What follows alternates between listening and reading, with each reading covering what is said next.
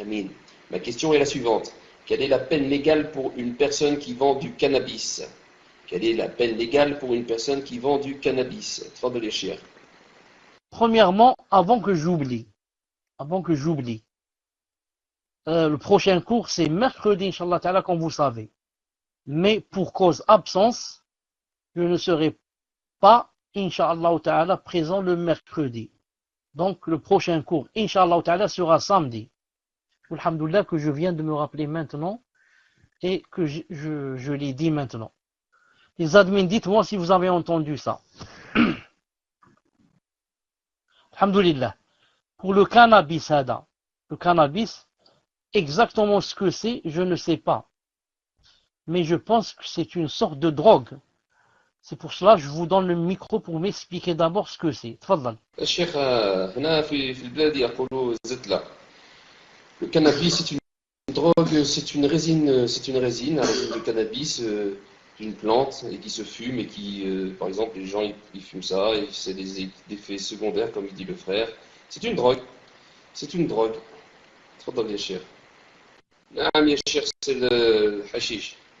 نعم. تفضل يا شيخ. نعم شيخ الإسلام ابن تيمية عليه رحمة الله dit, celui qui prend de la drogue, c'est-à-dire s'il la consomme, est plus en mesure d'être tué que celui qui prend du vin. Il dit c'est plus grave que le vin. Ça c'est pour celui qui en consomme. Alors qu'en est-il celui qui en boit? Car le prophète sallallahu alayhi wa sallam m'a dit, par rapport à celui qui boit de l'alcool, il a dit s'il boit la première fois, fouettez-le. La deuxième fois, fouettez-le. La troisième fois, il a dit, fouettez-le. La quatrième fois, il a dit, exécutez-le. Le hadith est sahih. Donc ça, c'est par rapport à l'alcool. Alors que le cannabis, ses effets sont plus graves que l'alcool. Beaucoup plus graves que l'alcool. C'est pour cela qu'il n'y a aucun doute que le gouverneur musulman a le droit de l'exécuter. Parce que non seulement il se fait du mal à lui-même, mais encore celui-là il vend. Donc, il procède à quoi? Il procède à colporter et à propager la turpitude.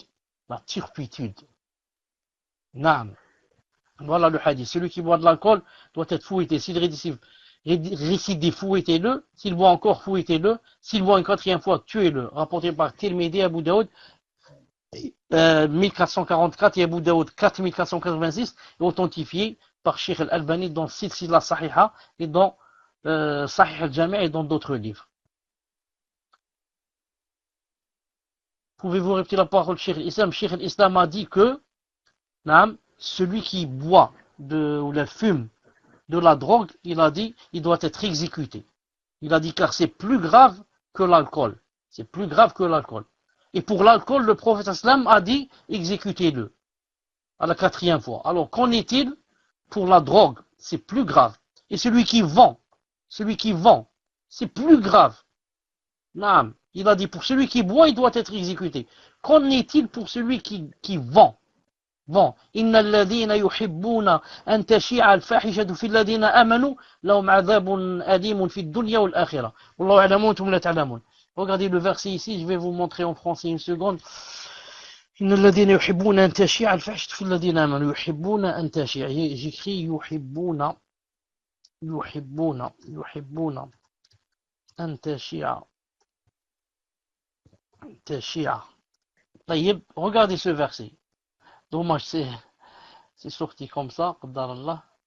Attendez. Je vais essayer d'une autre façon. C'est la même chose. Donc maintenant en français,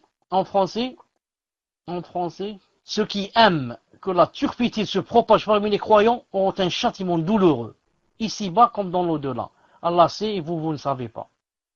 Donc ceux qui aiment que la turpitude se propage parmi les croyants. La turpitude, ça rentre dedans, le fait de vendre ces choses-là. Ça rentre dedans.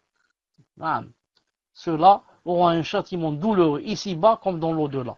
Allah sait, vous ne savez pas. Pourquoi Allah Ta'ala dit Allah sait, vous ne savez pas? Toi, tu peux dire, moi je vois des gens qui aiment que la turpitude se propage et il leur arrive rien. Aucun malheur. Réponse, Allah Ta'ala sait et vous ne savez pas. Il est plein de malheurs et toi tu ne sais pas. Allah lui a durci le cœur, toi tu ne sais pas. Allah lui a rétréci sa poitrine, toi tu ne sais pas. Il a l'angoisse et toi tu ne sais pas. Et khali des choses qui sont arrivées que tu n'as pas vues. Et laisse des choses qui vont lui arriver et que toi tu ne sais pas. Naam. Tfaddal. J'attends que vous posiez une question, Inch'Allah Ta'ala. Le problème, c'est que j'avais beaucoup de coupures moi, chez moi. Je ne sais pas si c'était le cas chez vous aussi. Et j'ai eu beaucoup de coupures. Très Inch'Allah. Donc on me demande par rapport à ce que vous avez dit, cher,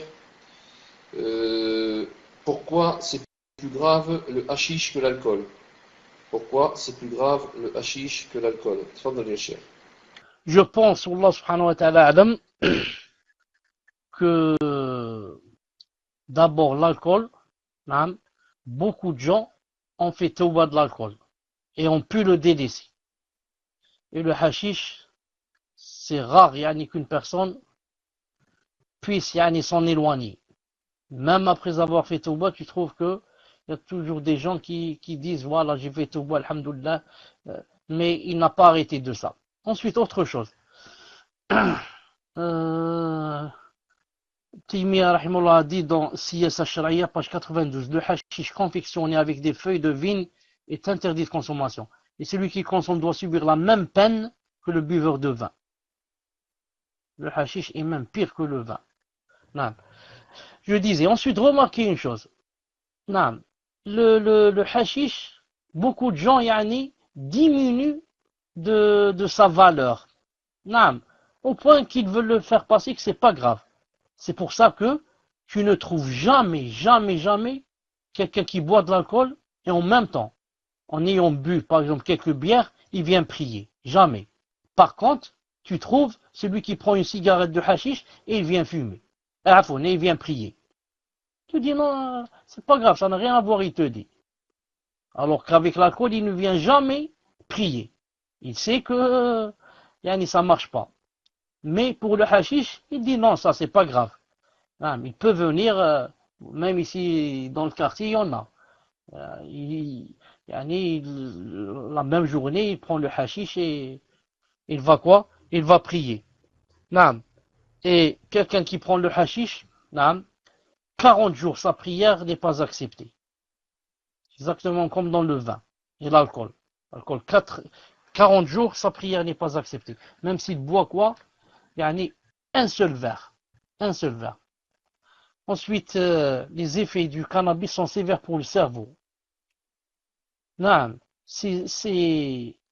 a quelque chose, je ne connais pas le terme médical, mais ça a des effets très dangereux comparé à l'alcool. C'est pour ça que l'alcool, plusieurs personnes qui étaient peut-être alcooliques, avec la tauba, on pu s'en départir, alhamdoulilah. Mais le cannabis et le hashish, c'est vraiment difficile de s'en départir. Wallahu ta'ala alam. Tfaddal.